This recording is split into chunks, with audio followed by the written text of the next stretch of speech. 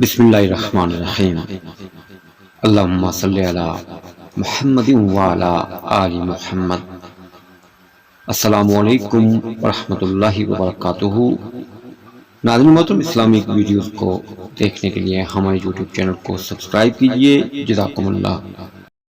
حضرت ابو القاسم جنید بغدادی فرماتے ہیں، حضرت جنید بغدادی فرماتے ہیں کہ میں حج کے لیے گیا، مکہ معظمہ میں مقیم تھا اور رات کی تنہائی میں اندھیرے کے وقت تنہا کعبے کا طواف کرنے کے لیے نکلتا تھا۔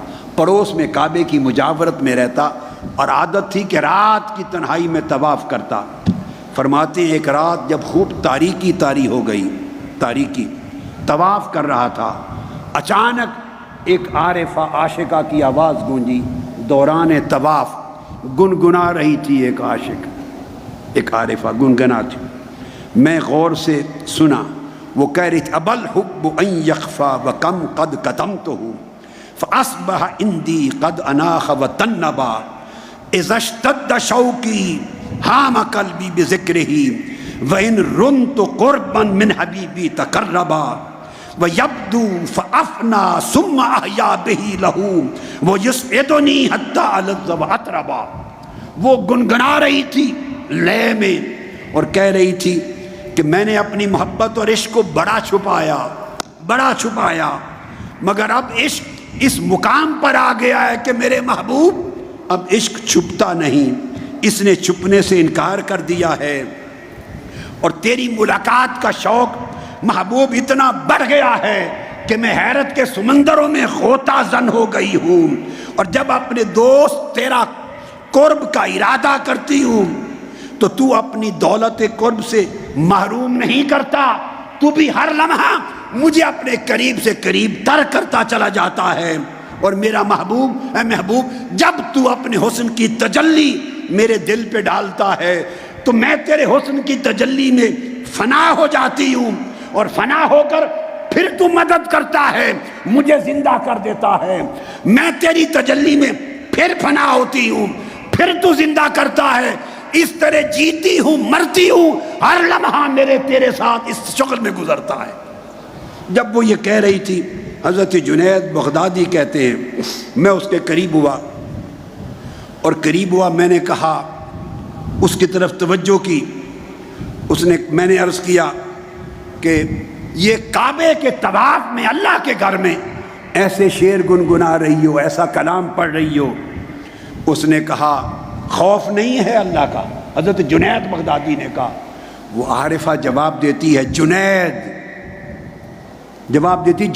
بغدادی، خوف نہ ہوتا تو وطن چھوڑ کے یوں بے وطن نہ ہوتی، اور اس کے عشق میں ہجرت کر کے اس طرح دیسوں میں بھاگی نہ پھرتی۔ اسی کے عشق نے مجھے حیران بنا رکھا ہے۔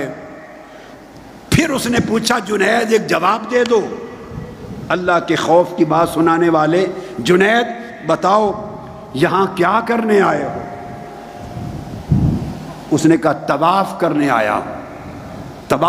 آیا ہوں۔ اس عارفہ نے پوچھا کس کا طواف کرتے ہو، بیت اللہ کا یا اللہ کا؟ بیت اللہ کا یا اللہ کا؟ اللہ کے گھر کا طواف کرتے ہو یا اللہ کا طواف کرتے ہو؟ حضرت جنید بغدادی فرماتے ہیں میں نے جواب دیا بیت اللہ کا طواف کرتا ہوں، بیت اللہ کا۔ اس نے اپنا چہرہ آسمان کی طرف کر دیا، چیخ ماری، اور چیخ مار کے کہنے لگی اللہ مولا تیری بھی کیا شان ہے، تو نے ایسے بندے بھی پیدا کیے ہیں جو صرف تیرے گھر کے طواف اور ان کو صرف اپنے گھر کے طواف میں مصروف کر رکھا ہے۔